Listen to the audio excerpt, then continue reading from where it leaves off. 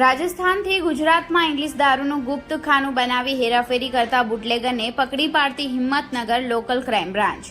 સાબરકાંઠા જિલ્લા પોલીસ વડાના સતત માર્ગદર્શન હેઠળ હિંમતનગર લોકલ ક્રાઇમ બ્રાન્ચના અધિકારીઓના મોનિટરિંગ હેઠળ આજરોજ હિંમતનગર એલસીબી ગ્રામ્ય વિસ્તારમાં પેટ્રોલિંગમાં હતા, જે દરમિયાન એલસીબીમાં ફરજ બજાવતા ચાંપાભાઈ અને અનિરુદ્ધસિંહને બાતમી મળી હતી કે રાજસ્થાનથી સફેદ કલરની ગાડીમાં ગુપ્ત ખાનું બનાવી અંગ્રેજી બનાવટનું દારૂની હેરાફેરી કરેલ છે.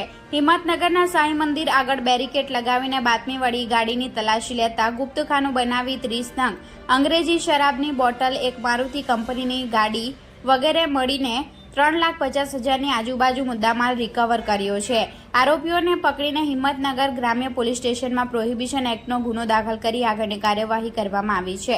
Reporter Ghanshyamsinh Parmar, Gujarat crime news, Sabarkantha.